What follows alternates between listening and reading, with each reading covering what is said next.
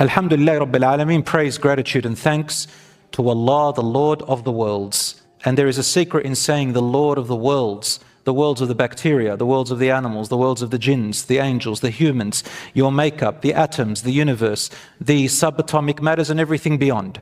Things that are seen and things that are unseen, the hidden, the future, the past, the present, all of that encompasses Lord, Allah, Lord of the worlds. So you can see praise, thanks and gratitude applies to any circumstance for a believer. And that's why the Prophet, peace be upon him, did say, عَجَبًا لِأَمْرِ الْمُؤْمِنِ. I find it very strange, yet fascinating, the state of a believer. إِنْ أَصَابَهُ خَيْرٌ شَكَرٌ. If good comes their way, they are thankful, meaning they recognize it and they acknowledge Allah's blessing. وَإِنْ أَصَابَتْهُ ضَرَّاءَ صَبَرٌ. And if something that harms him or her comes their way, they remain persevering and patient. وَإِنَّ أَمْرَهُ كُلَّهُ لَهُ خَيْرٌ. All the matters and the affairs of a believer somehow are always good. They have a mindset where they see the world different to everyone else. What is the opposite of gratitude? Shukr. Who knows in the Quran? When Allah says shukr, and He wants to say the opposite, people who are shakirin, people who are grateful, then the opposite is the people who are, so shukr, the opposite is, it actually rhymes. Kufr. The opposite of shukr is kufr. Now some people may misunderstand the word kufr. Kufr has two levels, two meanings. Kufr means to deny and reject Islam altogether, to go out of the fold and disbelieve in Allah and His message. That's called kufr. When a person does an act of polytheism, shirk, when a person has this belief, they become a kafir. But the kufr here, the opposite of shukr, merely means, kufr means ungratefulness, denial, rejection, dismissiveness, disacknowledgement of blessings. So two types of kufr. Denial of Allah's message is the big kufr, and kufr, denial or dismissive of Allah's blessings. It's called kufr. And kufr comes from the root word in the Arabic language of a farmer placing a seed under the ground and drawing the soil over it, and so you cannot see it anymore. Kufr means to hide the innate nature of belief inside of a human's heart and then deny the truth. And here it means denying the blessing. So we want to be shakirin. Allah says in the Quran, وَسَنَجْزِ الشَّاكِرِينَ. We shall truly always reward those who are thankful and grateful. My brothers and sisters, a Muslim, when he or she studies Islam and is trained and raised on the teachings of Islam, they will become a type of Muslim who looks at this world through a different type of lens. The lens of a knowledgeable, trained Muslim in Islam begins to look at everything in this world from a different lens to everyone else. What is this lens? A Muslim looks into the lens where every bad or good, they can see somehow a blessing and a good in it.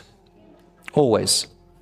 In richness or poverty, in sickness or in health, in ease or in hardship, they are able to sift through it and still see the blessing.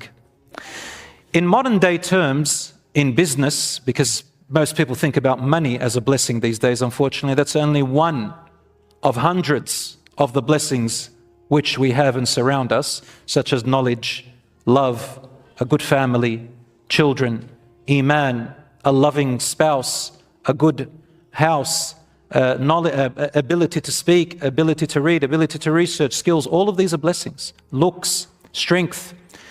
But unfortunately, when it comes to wealth and money, they use the word, which is true, you must have the abundance mentality. Don't have the scarcity mentality. From the beginning, Allah has always taught us through His prophets and through the Quran that a Muslim can always see abundance in everything. That is something that only a few can reach. For example, if a person is on their deathbed and their health is gone, even their family is gone, their wealth is gone, everything, they can still see a benefit. They remember the words of Allah that your patience and perseverance will not go lost. Not even an atom's worth of patience, except that it will be rewarded. And they remember the hadith of the Prophet, peace be upon him, not a single prick of a needle sadness, grief, worry, hurt, harm that a Muslim receives, except that Allah expiates their sins due to their patience. Why a Muslim, not a non-Muslim in this case? Because the non-Muslim does not believe that Allah expiates sins. They believe in some other God, they believe in some other thing, or they don't believe in God at all. So, al-jaza'u min jinsil amal. The Prophet, peace be upon him, told us that the reward is the same as the belief and actions that you have. You get what you believe in and what you do. My brothers and sisters, so gratefulness. In order to have gratitude, Allah subhanahu wa ta'ala reminds us of the blessings that we do not see and take for granted. For example, one of the verses I'll quote in the Quran among many is where Allah says, الله الذي جعل لكم الأرض قرارا والسماء بناء وصوركم فأحسن صوركم ورزقكم من الطيبات ذلكم الله ربكم فتبارك الله رب العالمين. Surah 40 verse 64, Allah says, Allah, it is He who made the earth a dwelling place for you and made the sky a canopy, probably referring to Earth's magnetosphere. It's the thing around the earth, the magnetic field that deflects the sun's energetic radiation. So Allah says to protect you, a canopy to protect you, who shaped you and shaped you exceedingly well and gave you good things as sustenance. That is Allah, your Lord. Blessed be Allah, the Lord of the universe. Some people don't see the blessings they have in their features, in their health, in their face, in their eyes, in their arms, in their legs. The fact that you can walk, the fact that you can talk, the fact that Allah gave you, fashioned you in a good image, that Allah subhanahu wa ta'ala gave you things other people don't have. And that is why Rasulullah sallallahu alayhi wa sallam gave us a beautiful formula of how not to get into a serious case of depression or grief, even though we experience it a little bit.